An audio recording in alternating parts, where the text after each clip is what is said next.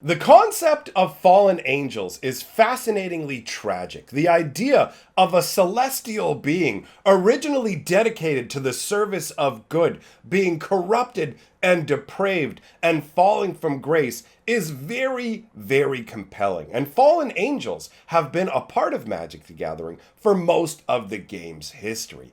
Up until now, however, fallen angels only showed up in the capacity that planeswalkers could summon them up. Now we've got a scenario where for the first time in Magic's history, we have a fallen angel planeswalker. Magic. I am a wizard! History. I'm an old wizard! The magic historian. My bones hurt. Greetings, owners of fine luxury cardboard rectangles. My friends, we are here today to talk about something I find absolutely fascinating, and that is the concept of fallen angels. Angels are already an amazing concept. Celestial beings forged from whatever forces of goodness, depending on where they're from, that are wholly dedicated to virtuous principles, protecting the weak, smiting evil, serving gods, right? And then you have this idea where an angel like that ends up getting corrupted and falling from grace. And that is very compelling. It makes for a very interesting villain because you can feel a level of sympathy for them.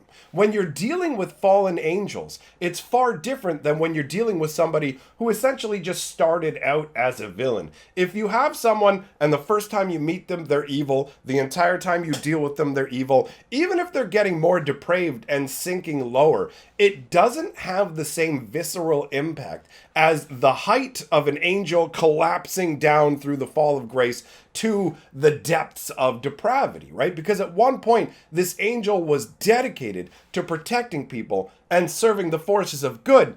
And now it's the complete antithesis of what it was before. The complete polar opposite, where now it's dedicated to destruction and evil. And that's truly far more heartbreaking, right? It's like you could see this angel and remember the glory days of it causing good things, being active in good works, and now it's out there undoing what it's done in the past, not only causing more problems, but also breaking the spirits of the people that it once served. So we're going to be looking at a Dungeons and Dragons character with a massive amount of backstory. So I'm going to give you some like crib note style notes, but understand that when it comes to Zariel here, there is a massive amount of history. So Zariel, Archduke of Avernus. I do have to say, I'm not a huge fan of when the artwork extends out over the text box and obscures part of the name. It just doesn't really resonate very well with me. That's a personal like flavor kind of thing. You may feel differently about it, but I don't like the fact that this flail is up on top of the text box. At first, when I saw it, I thought this was a picture of a misprinted version of the card. It took me a second to parse out, oh wait, that's actually the flail. It really doesn't meld well with the E. And also, since we're talking about the type line, it's interesting to note that Zariel is actually technically an archduchess. But I'm guessing for space reasons, they decided to cram it down to Archduke because it uses fewer letters, all right? So, Zariel, Archduke of Avernus is 2 red and 2 for a 4 loyalty legendary planeswalker, obviously. It has a +1 loyalty ability. Creatures you control get +1/+0 and gain haste until end of turn. A 0 loyalty ability. Create a 1/1 red devil creature token with when this creature dies, it deals 1 damage to any target. And a -6 ability of you get an emblem with at the end of the first combat phase on your turn, untap target creature you control. After this phase, there is an additional combat phase. I actually really like this ultimate, this mini bonus attack kind of thing where you can decide to stage your guys in different waves. It actually feels like it fits into the flavor of Zariel as well. So let's talk about the history of the character to a degree so we can evaluate just how well its abilities fall into its history. So, Zariel started out as a solar, and a solar is a very powerful type of angel, a very holy warrior. Now, Zariel was tasked with basically watching over and trying to somewhat manipulate the Blood War. Now, if you don't know what the Blood War is, D&D has a crazy thing going on where demons and devils are actually at war with each other. This is a little hard to wrap your head around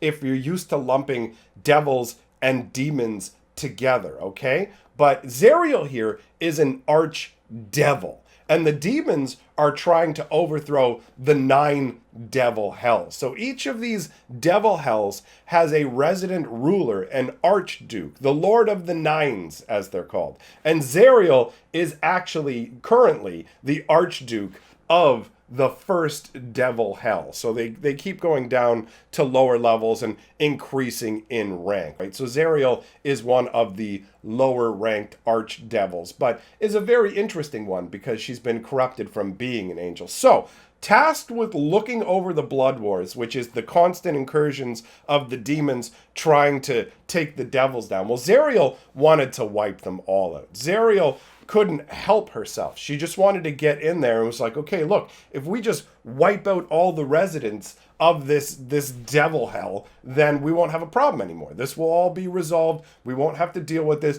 and we can go off and do more good because there's still tons of other things that need our attention. And originally, Zariel had long, flowing, beautiful hair and gigantic, beautiful, pristine wings and a massive holy sword that was imbued with incredible power. The sword itself was sentient. Anybody who grasped the sword and tried to use it would have to try and attune to the blade. And if the blade chose them as being worthy enough, it would literally transform them into an angelic variation of themselves. So she had this incredibly powerful blade. Now, it was lost during her downfall, along with her hand. If you take a look at the artwork, you can see her one hand is missing, and she has a flail flying off of it. Her hair has all been burnt off, just gone, and there's a halo of fire that burns around her head. Now, originally, when she was a solar, as an angel, she had a blindfold wrapped around her eyes. Now, that's gone, and in its place, you can see her eyes are 2 glowing pits with like what looks like black ichor just dripping down her pale face. And she's got one flaming hand. Her wings have changed from being these beautiful giant white wings into these hellish blood red wings. So basically, Zariel's lust for battle overcame her, and she decided, against the orders of her superiors, to lead an angelic host in to the realms of the devil, specifically the first layer of the 9 devil hells. So she led a host in there. What happened was she snapped when the Knoll god showed up and basically laid waste to a village that was supposed to be under her protection. She wasn't able to protect the village. She basically snapped at that point and was like, enough of this. And she assembled a host of angels and divine beings and just some other individuals as well, forged them into a unit, and charged into battle on the first level. So what happened ultimately was this, clearly it didn't work out in her favor, right? You can tell just by looking at the card. But there's a massive battle. Her forces end up getting destroyed, right? She just gets completely wrecked, but she's not destroyed in the process. She is, however, buried under a massive mound of bodies, tons and tons of bodies. But she's found by Asmodeus, and Asmodeus is essentially the devil god. He rules over all 9 hells. He's the leader of like the 9th level, which is the ruler over all of them, and he's in charge mostly of appointing the devils that will be in charge of these different levels. So he ends up corrupting Zariel over time and makes her into one of these archdevils, the Lord of Avernus, right? So she now rules over one of those demons and devils, they get overlapped. So she rules over this one devil hell. Now, this is not an easy sort of thing for her. She's out there like trying to manage the actual hell and lay waste to individuals, but at the same time, she has to deal with the schemes of the other devils and individuals. Like, she's an angel, or at least was an angel. She's not really used to the sort of backstabbing nature of these devil realms. So she actually had a right hand like lieutenant that she trusted named Bell, and the big mistake for her was ultimately trusting him, because Bell turned on her and had her basically trapped inside of a bronze citadel where for hundreds and hundreds of years his minions carved off tiny chunks of her for Bell to consume. He was trying to basically just turn her into something equivalent to a soul husk. Now, she eventually ended up winning her way free and reclaiming the realm, basically taking Avernus back. But she has been through an amazing amount of transformation and just a hellish experience. And as a result now, she is just blood. Like, before, she already had a certain level of bloodthirst. You could see that by the fact that she led this host in to destroy all these devils. So her hunger for battle has just grown as she's become more of, like, basically more of a devil. The realm itself, the nature of being in one of these hellscapes, because understand, this devil plane that she rules over, it's a place of just people being tortured. There's all kinds of lava and fire and whatever. Just picture a desolate hellscape, and you will view in your mind the kind of realm that she rules over. So you have a scenario where this is an angel who at one point was like a solar, one of the highest levels of angels you can be. So she fell from the highest heights to become the absolute like opposite of what she was. The other angels at this point must despise her fully for her fall, right? She is not only like given up the ideals, but also become just a completely corrupted variation. And you can see it in the way she looks. She's got hellfire coming out of her fingertips. She literally has a halo of fire, which is a really neat concept, considering like you could view angels as having that angelic halo, but this one is literally made up of devil fire.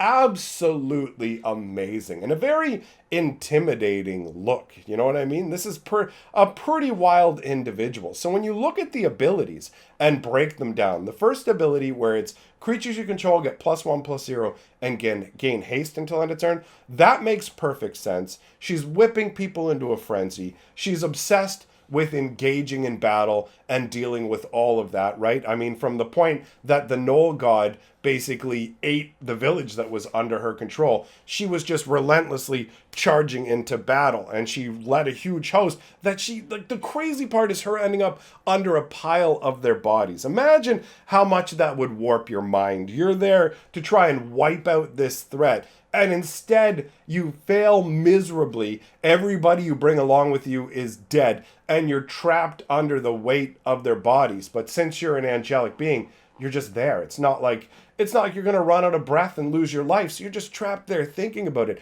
That would already be laying the seeds of madness that Asmodeus was able to feed into and basically just twist her into what she is. That's so crazy. So the first ability totally comes across as a mobilization style ability. Let's get in there. Let's make this happen.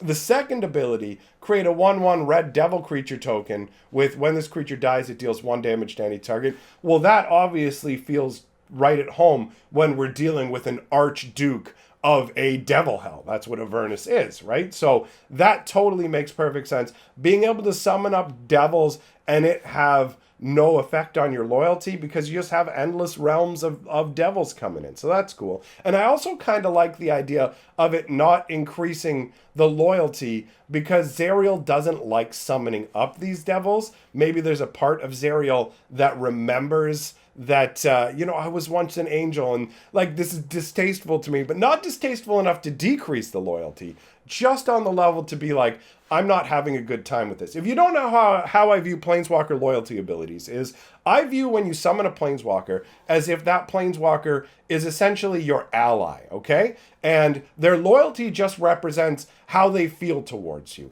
So if you have them engage in things that they want to do, their loyalty increases because they're having a good time. And if you have them do things that they don't want to do or take a lot of effort, their loyalty decreases and they depart, right? Like, that's kind of the deal to me. The same thing goes if they're getting attacked by creatures and their loyalty's decreasing. They're like, you know what, man? You summoned me here to hang out with you, but now I've got these things attacking me and I don't want to be here. I'm out. So that's the idea behind the loyalty concept for me. So the idea that bringing out a devil is to Zariel isn't something that they particularly enjoy, but they don't really hate it that much either. They've kind of accepted, Zariel has accepted her fate to a degree. I like that. And then the -6 ability, where you get an emblem with at the end of the first combat phase on your turn, untap target creature you control. After this phase, there's an additional combat phase. To me, this just represents Zariel's furor, right? This is the idea, the fervor, the desire to go into battle and to just not stop. This is basically the kind of mentality that drove her in the first place to end up invading the hell, has now been exacerbated by living in hell. So there's even more of a warmongering nature. So for me, the flavor of this ties together. The artwork is awesome. Zariel looks very striking with that halo of flame, the glowing eyes, the fiery hand, the missing hand. The idea of an angel that's been corrupted to the point where they're missing parts of their physical body is pretty intense. And just as a hilarious Dungeons and Dragons note, my brain just went, imagine if you took the hand of Vecna and stuck it on her stump. Anyhow, that's another card I'm waiting for. I can't wait to see all the Vecna cards. We'll talk about that when that stuff comes out. But at this point, I'm done talking about this card. So let me know your thoughts, my friends. Big shout out to all of my patrons. Thanks for coming by. See you next time.